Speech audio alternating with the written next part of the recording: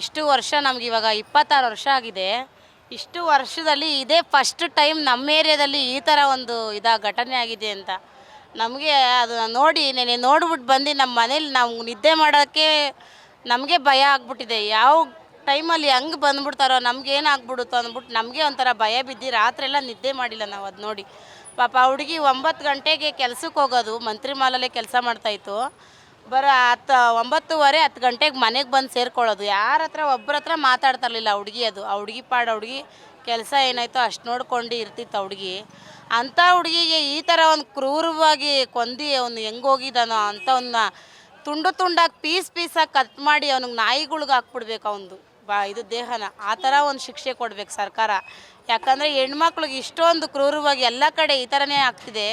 ಸರ್ಕಾರ ಸ್ವಲ್ಪ ತುಂಬ ಸ್ಟ್ರಿಕ್ಟಾಗಿ ಅವ್ರಿಗೆ ಶಿಕ್ಷೆ ಕೊಡಬೇಕು ಅಂತ ನಾನು ಕೇಳ್ಕೊತೀನಿ. ಕರ್ನಾಟಕದಲ್ಲಿ ಈ ಥರ ಘಟನೆ ಆದಾಗ ಅದು ಬೆಂಗಳೂರಲ್ಲಿ ಇಂಥ ಘಟನೆ ಆದಾಗ ಏನು ಅನಿಸ್ತು ಸರ್?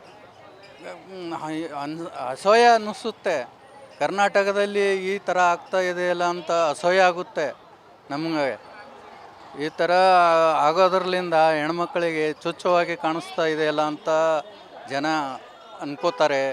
ಆಯಿತು, ಪಬ್ಲಿಕ್ ಸಿಟಿಯಲ್ಲಿನೂ ಭಾಳ ಕೀಳುವಾಗಿ ಸರ್ಕಾರವನ್ನು ಕಾಣುತ್ತೆ.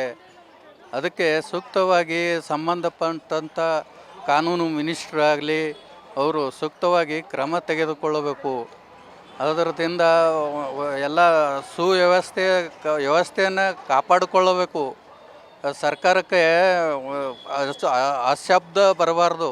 ಎಸ್, ಕೇಳಿದ್ರಲ್ಲ ವೀಕ್ಷಕರೇ, ಇಡೀ ಬೆಂಗಳೂರನ್ನೇ ನಿನ್ನೆಯ ಕೊಲೆ ಬೆಚ್ಚಿ ಬೀಳಿಸಿದೆ. ದೂರದ ಉತ್ತರ ಪ್ರದೇಶ ಡೆಲ್ಲಿಯಲ್ಲಿ ಇಂತಹ ಘಟನೆಗಳು ಸರ್ವೇ ಸಾಮಾನ್ಯ ಆಗಿತ್ತು. ಆದರೆ ರಾಜ್ಯದ ರಾಜಧಾನಿಯಲ್ಲಿ ಇಂತಹದೊಂದು ಘಟನೆ ನಡೆದಿರೋದು ಇಡೀ ಸಿಲಿಕಾನ್ ಸಿಟಿ ಜನರನ್ನೇ ಬೆಚ್ಚಿ ಬೀಳಿಸಿದೆ.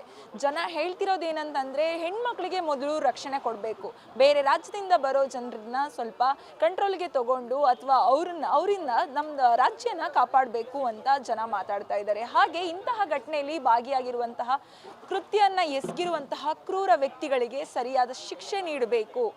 ಅವ್ರಿಗೆ ನೀಡುವಂಥ ಶಿಕ್ಷೆ ಬೇರೆಯವ್ರಿಗೆ ಪಾಠವಾಗಿರಬೇಕು ಅಂತ ಜನ ಅಭಿಪ್ರಾಯ ಪಡ್ತಾ ಇದ್ದಾರೆ. ಕೇಳಿದ್ರಲ್ಲ, ಇದಾಗಿತ್ತು ಇವತ್ತಿನ ಸ್ಪೆಷಲ್ ಸ್ಟೋರಿ. ನೋಡ್ತಾ ಇರಿ ಗ್ಯಾರಂಟಿ ನ್ಯೂಸ್. ಕ್ಯಾಮ್ರಾಮ್ಯಾನ್ ದೇವರಾಜ್ ಜೊತೆ ಶಮ್ಮಿ ಶೆಟ್ಟಿ.